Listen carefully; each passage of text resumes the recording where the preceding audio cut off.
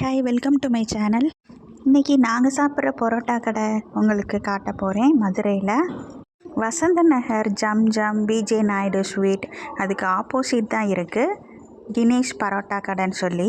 அங்கே ட்ரை பண்ணி பாருங்கள். சால்னாலாம் வேறு லெவலில் இருக்கும்.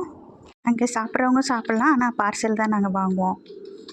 கொத்து பரோட்டா இருக்குது, நூடுல்ஸ்லாம் இருந்துச்சு. கொத்து பரோட்டா பாருங்கள், உடனே இப்போ ஃப்ரெஷ்ஷாக போட்டு தருவாங்க.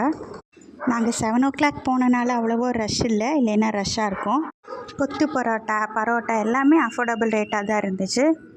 100 ரூபீக்குள்ளே சாப்பிட்றலாம். சிலோன் பரோட்டாலாம் டேஸ்ட் பண்ணி பாருங்கள், வேறு லெவலில் இருக்கும்.